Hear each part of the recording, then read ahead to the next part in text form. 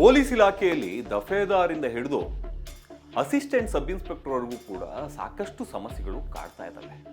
ಇತ್ತೀಚೆಗೆ ಪರಮೇಶ್ವರ್ ಅವರು smart E beet ಅನ್ನೋ ಒಂದು ಆ್ಯಪನ್ನು ತರ್ತಾರೆ. ಈ ಸ್ಮಾರ್ಟ್ ಇ ಬೀಟ್ ಅಂತ ಹೇಳಿದ್ರೆ ಯಾವ ಒಂದು ಜಾಗದಲ್ಲಿ ಯಾರು ಸಮಸ್ಯೆಯಲ್ಲಿದ್ದಾರೆ, ಯಾವ್ಯಾವ ಭಾಗದಲ್ಲಿ ಏನೇನೋ ಸಮಸ್ಯೆಗಳನ್ನು ಹೇಳ್ಕೊಂಡು ಬರ್ತಾರೆ, ಅಂತಹ ಭಾಗಕ್ಕೆ ನೇರವಾಗಿ ಯಾವ್ಯಾವ ಬೀಟ್ ಹಾಕಿದ್ದಾರೆ, ಪೊಲೀಸ್ ಕಾನ್ಸ್ಟೇಬಲ್ ಇರ್ಬೋದು ಅಥವಾ ಹೆಡ್ ಕಾನ್ಸ್ಟೇಬಲ್ ಇರ್ಬೋದು, ಅಸಿಸ್ಟೆಂಟ್ ಸಬ್ ಇನ್ಸ್ಪೆಕ್ಟರ್ಗಳು ಇರ್ಬೋದು, ಆ ಒಂದು ಭಾಗಕ್ಕೆ ಹೋಗಿ ಅಲ್ಲಿ ಏನು ತನ್ನ ಒಂದು ನಾನು ಈ ಜಾಗಕ್ಕೆ ಹೋಗಿದ್ದೇನೆ ಅಂತ ಹೇಳಿ ಒಂದು ಪಂಚ್ ಮಾಡುವಂತಹ ಕೆಲಸಗಳನ್ನು ಆ ಆ್ಯಪಲ್ಲಿ ಮಾಡಬೇಕಾಗುತ್ತೆ.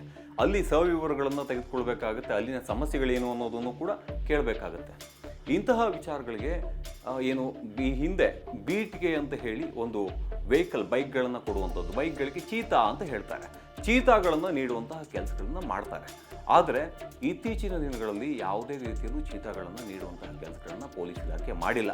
ಇಲ್ಲಿ ಪೊಲೀಸ್ ಇಲಾಖೆಯಲ್ಲಿ ಇಂತಹ ಒಂದು ಏನು ಬೈಕ್ಗಳೇನಿದ್ದಾವೆ, ಬೈಕ್ಗಳ ಸಂಖ್ಯೆ ತುಂಬ ಕಡಿಮೆ ಇದೆ, ಈ ಚೀತಾಗಳ ಸಂಖ್ಯೆ ಕಡಿಮೆ ಇದೆ.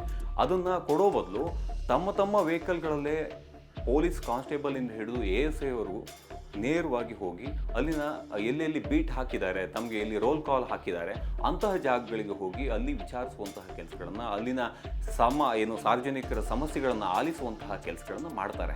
ಇಲ್ಲಿ ನಿಜಕ್ಕೂ ಕೂಡ ಇದು ನೋವಿನ ಸಂಗತಿ. ತಮ್ಮ ಕೈಯಿಂದ ಪೆಟ್ರೋಲ್ಗಳನ್ನು ಹಾಕಿ ತಮ್ಮದೇ ವೆಹಿಕಲ್ನಲ್ಲಿ ಬೀಟ್ಗಳನ್ನು ಮಾಡುವಂಥ ಪರಿಸ್ಥಿತಿ ಇದೀಗ ಪೊಲೀಸ್ ಇಲಾಖೆಗೆ ಬಂದಿದೆ. ನಿಜಕ್ಕೂ ಇದು ಯಾರಿಗೂ ಕೂಡ ಬರಬಾರ್ದು.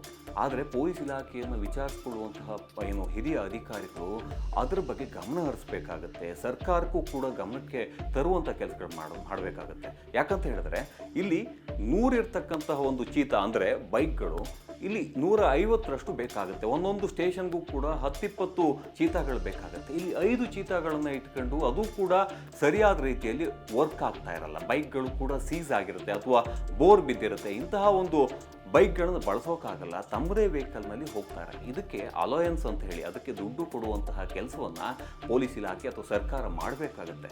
ಆದರೆ ಸರ್ಕಾರ ಆಗಲಿ, ಪೊಲೀಸ್ ಇಲಾಖೆ ಆಗಲಿ, ಹಿರಿಯ ಅಧಿಕಾರಿಗಳಾಗಲಿ ಇದ್ರ ಬಗ್ಗೆ ಗಮನ ಹರಿಸ್ತಾ ಇಲ್ಲ. ತಾವಾಯಿತು ತಮ್ಮ ಪಾಡಾಯಿತು, ಅವ್ರೇನು ಬೇಕಾದರೂ ಮಾಡಲಿ, ಏನಾದರೂ ಸಮಸ್ಯೆಗಳಾದಾಗ ಇವರಿಂದ ಲೋಕಲ್ನಿಂದ ಒಂದು 10-20 ರೂಪಾಯಿ ತಗೊಂಡ್ರು ಕೂಡ ಅವರ ಮೇಲೆ ಒಂದು ಶಿಸ್ತಿನ ಕ್ರಮಗಳನ್ನು ತೆಗೆದುಕೊಳ್ಳುವಂಥ ಕೆಲಸಗಳನ್ನು ಮಾಡ್ತಾರೆ.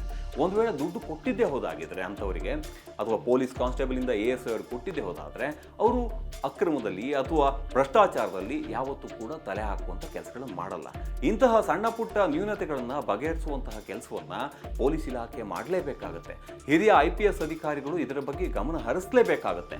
ಇಲ್ಲ ಅಂತ ಹೇಳಿದ್ರೆ ಭ್ರಷ್ಟಾಚಾರ ಈ ಸಣ್ಣ ಒಂದು ವಿಚಾರದಲ್ಲೂ ಕೂಡ ಹೆಚ್ಚುತ್ತಾನೆ ಹೋಗುವಂತಹ ಕೆಲಸಗಳಾಗ್ತವೆ. ಆದಷ್ಟು ಬೇಗ ಇದರ ಬಗ್ಗೆ ಗಮನ ಹರಿಸಿಲ್ಲ ಅಂತ ಹೇಳಿದ್ರೆ ಸಾಕಷ್ಟು ತೊಂದರೆಗಳಾಗುತ್ತೆ. ಪೊಲೀಸ್ ಇಲಾಖೆಯಲ್ಲೂ ಕೂಡ ಭಿನ್ನಾಭಿಪ್ರಾಯಗಳು ಬರ್ತವೆ.